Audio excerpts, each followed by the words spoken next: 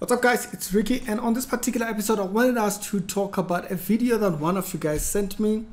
Like I stated, I didn't watch like the whole memorial service or of AKA or anything. One of you guys sent me a video and said, Ricky, did you see Kabelo Mabalani, actually Pastor Kabelo Mabalani, who is a popular South African Kwaito star who's become a pastor, who is now born again.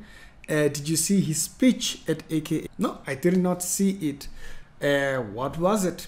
They sent me a link and I got to watch it. And I'm going to play you parts of it and then I'll come back here with my commentary around what you're hearing. And I will also reference the other 2-3 videos that I made before in relation to what he said here.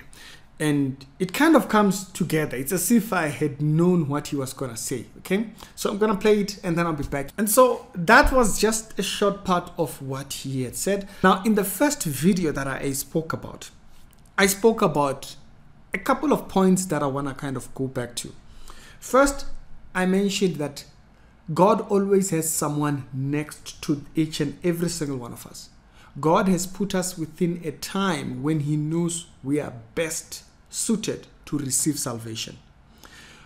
Always, there is always someone. If you are not going to, there's someone else that God has set on that person's path. That doesn't mean don't tell them the message of the gospel, but there's always someone next to these people or next to all these individuals to give them the message of salvation.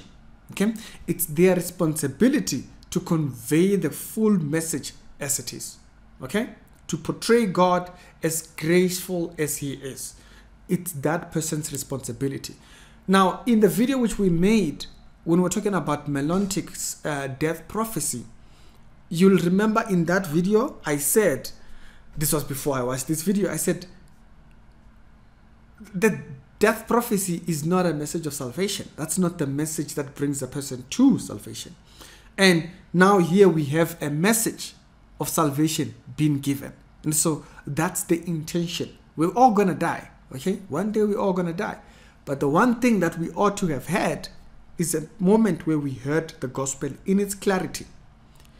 He speaks about AKA wanting to sort out his life, like fixing and change his life and whatnot and stuff like that. And he says, I had to tell him straight the way it is, you know. God changes your life once you've received salvation. This idea that you're gonna pull the cart before the horse, after the horse, it just doesn't work. I don't know how. Yeah, English sometimes can be very confusing. Like putting the cart in the horse, it becomes a problem.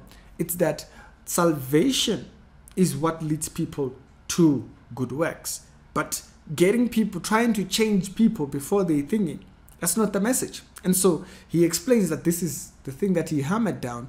And he even does the same thing even at this funeral. He tells them, if you think that good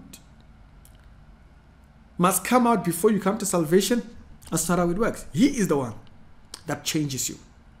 And so the clarity of the message is sent forward. The clarity of the message is heard forward, or is kind of received in this particular narrative.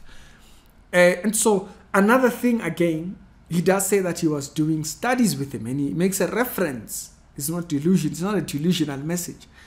He makes a reference to say, I did a Bible study with him and so was there. So there's a point of reference to say this happened with so and so. Now, there are people online who are also saying, oh, he had sold his soul and whatnot and stuff like that because he's in the industry. We don't know that. Now, I've stated this in previous videos that not everybody is in that Illuminati thingy. And I explained why. You can go back and watch that video, videos about that, where I explained the industry is so infested with controversy that some of them, they do these things for publicity. But at the same time, that publicity is preaching the message of the devil.